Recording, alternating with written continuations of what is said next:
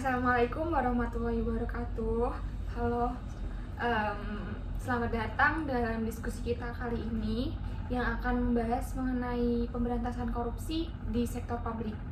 Sebelumnya, perkenalkan nama saya Andi Trisma Yuliana dengan NIM 30702200041 dan rekan-rekan Saya Nuri Oktorina Fatmawati dengan NIM 30702200003. Saya Arini Safia Putri dengan NIM 30702200050. Untuk memulai diskusi kita ini, menurut kalian nih, bagaimana ya dampak korupsi terhadap pelayanan publik itu, dan ada nggak sih perbedaan antara sektor publik dengan sektor swasta? Nah, menurut saya sendiri nih, dampak korupsi di sektor publik itu sangat merugikan karena dana yang seharusnya untuk kepentingan bersama itu malah dialihkan ke kepentingan pribadi.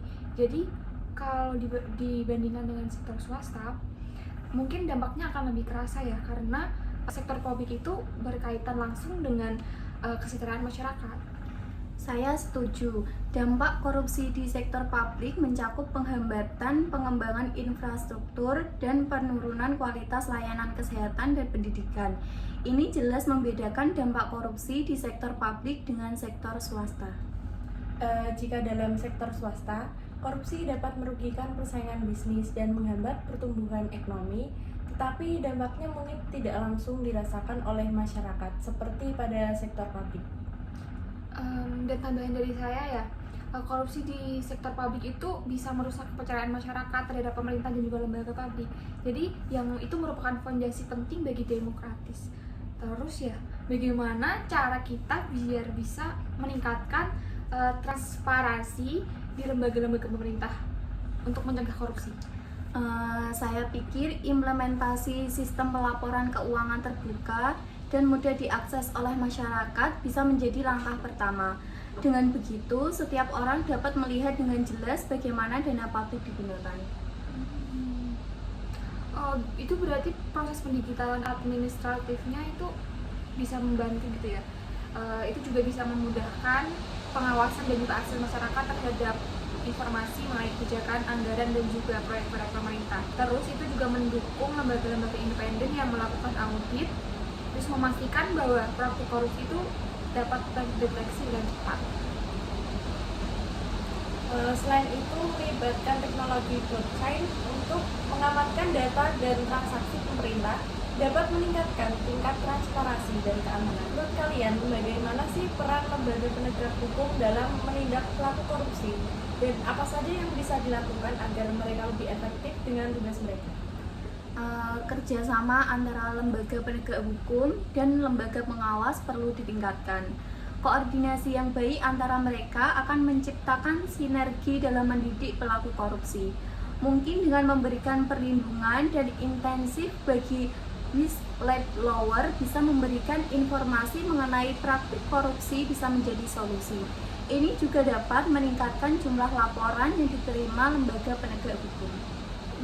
Selain itu, memastikan bahwa lembaga penegak hukum itu memiliki sumber daya yang cukup dan diberdayakan secara mandiri untuk mengatasi tekanan politik atau ekonomi yang mungkin muncul gitu.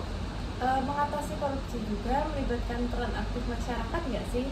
Program pelatihan dan edukasi bagi masyarakat mengenai hak dan kewajiban mereka dalam mendukung penegakan hukum dapat membantu.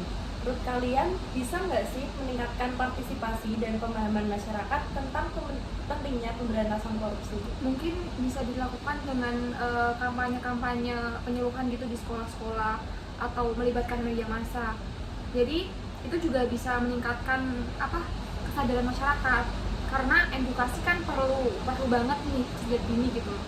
Saya setuju, dan melibatkan tokoh masyarakat atau selebriti duta anti korupsi untuk mencapai lebih banyak audiens.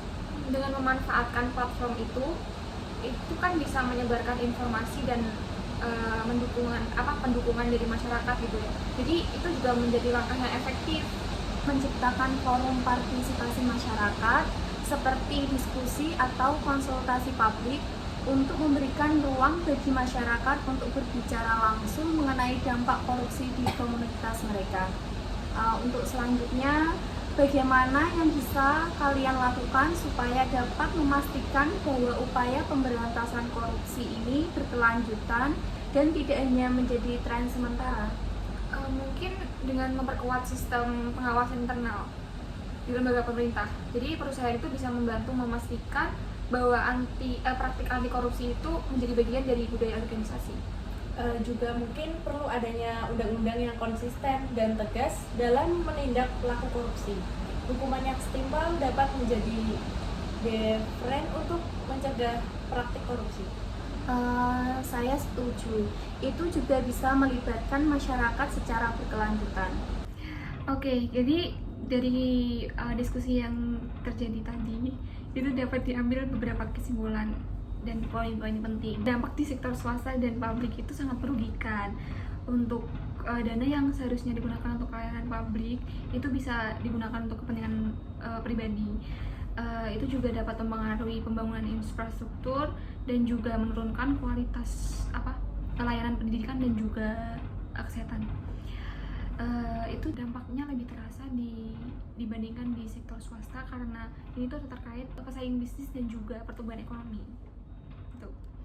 Nah, untuk meningkatkan transparansi di lembaga pemerintah, implementasi sistem pelaporan keuangan terbuka, pendigitalan proses administratif, dan dukungan terhadap lembaga independen dapat meningkatkan transparansi. Penggunaan teknologi blockchain juga dapat menambah tingkat keamanan dan transparansi. Dan peran lembaga penegak hukum itu diperlukan kerjasama antara lembaga penegak hukum dan lembaga pengawasan, perlindungan dan intensif bagi whistleblower, sumber daya yang cukup, dan kemandirian lembaga penegak hukum adalah kunci kesuksesan atau keberhasilan. Yang keempat ada pengaruh untuk pemberdayaan masyarakat. Seperti yang disebutkan tadi, dengan dilakukannya kampanye penyuluhan terkait dengan masyarakat, tokoh masyarakat, dan juga di sektor edukasi di sekolah, terus juga pemanfaatan media massa, itu tuh meningkatkan partisipasi dan juga pemahaman masyarakat terkait pentingnya pemberantasan korupsi itu. Dan dari forum partisipasi masyarakat tersebut, kita tuh dapat memberi ruang untuk berbicara secara langsung mengenai dampak korupsi di komunitas. Nah, untuk pemberantasan korupsi berkelanjutan dan tidak hanya tren sementara, dengan memperkuat sistem pengawasan internal, adopsi undang-undang yang konsisten dan tegas, serta melibatkan masyarakat secara berkelanjutan dapat memastikan upaya pemberantasan korupsi berlangsung secara berkelanjutan dan tidak hanya menjadi tren sementara. Nah, dengan diterapkannya langkah-langkah itu, semoga dapat menciptakan lingkungan yang bersih dari korupsi dan meningkatkan kesejahteraan masyarakat yang menyeluruh. Oke, terima kasih telah bergabung dengan diskusi kita kali ini. Jangan lupa perubahan itu dimulai dari kesadaran dan juga aksi bersama. Mari bersama-sama menjadi agen perubahan untuk mewujudkan masyarakat yang bebas dari korupsi. Semoga bisa tetap terinspirasi dan berkontribusi positif. Sekian dari kami. Wassalamualaikum warahmatullahi wabarakatuh.